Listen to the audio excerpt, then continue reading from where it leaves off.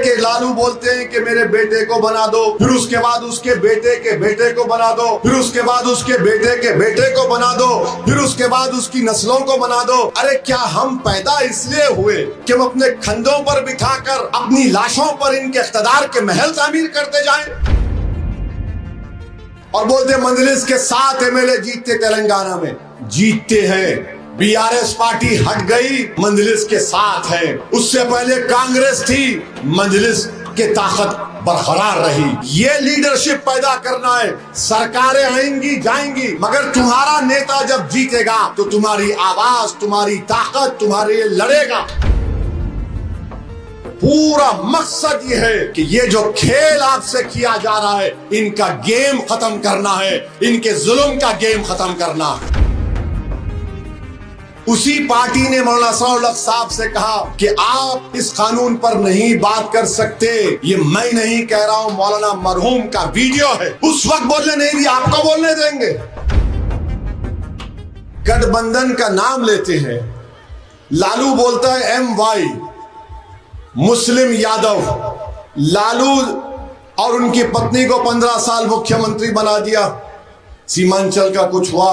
तेजस्वी यादव को उप मुख्यमंत्री बना दिया, कुछ हुआ सीमांचल का।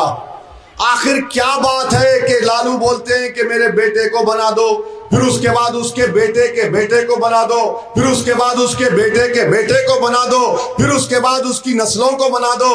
अरे क्या हम पैदा इसलिए हुए कि हम अपने कंधों पर बिठाकर अपनी लाशों पर इनके इख्तिदार के महल तामीर करते जाएं?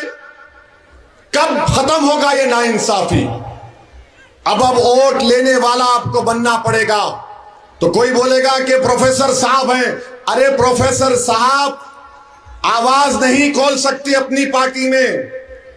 मौलाना असराउल कासमी साहब याद है आप लोगों को, अल्लाह उनकी मग़फ़िरत करे। पार्लियामेंट में ट्रिपल तलाक का बिल आया, तो जिस पार्टी से प्रोफेसर साहब अब इलेक्शन लड़ रहे हैं, उसी पार्टी ने मौलाना असराउल साहब से कहा कि आप इस कानून पर नहीं बात कर सकते। ये मैं नहीं कह रहा हूं, मौलाना मरहूम का वीडियो है। उस वक्त बोलने नहीं दिया, आपको बोलने देंगे? हम जानते हैं पार्लियामेंट में क्या होता है। और लोग बोलते हाँ एक जीता तो क्या होता।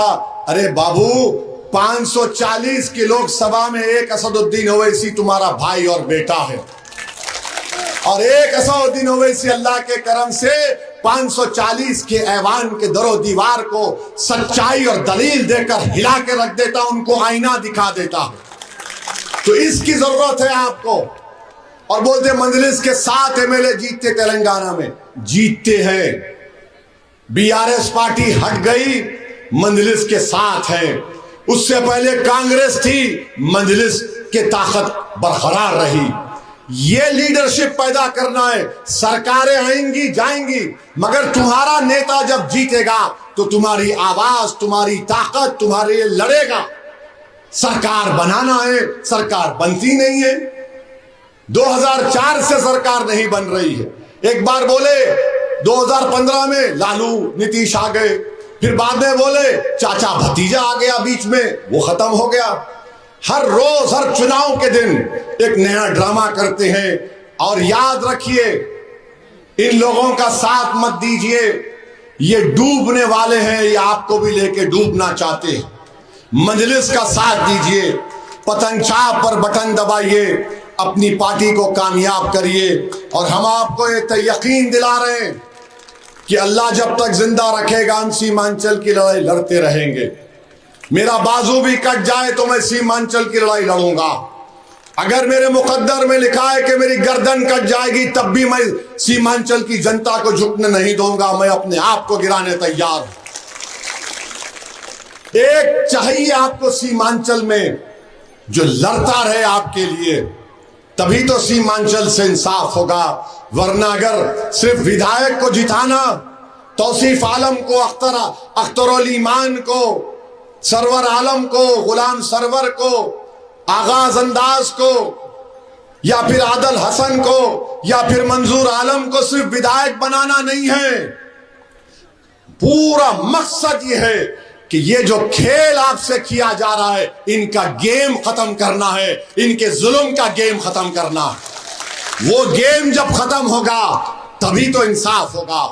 खाली विधायक बनना नहीं है, इनका गेम खत्म करना है और वो जानते कि वो ऐसी करेगा ये, इसीलिए 4 एमएलए को तोड़ा और ये समझा कि मामला खत्म।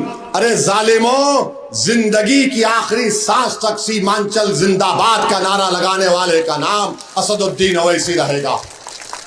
तुमने विधायक को तोड़ा मगर रिश्ते को तुम नहीं तोड़ सकते। ये मोहब्बत का रिश्ता बन चुका है।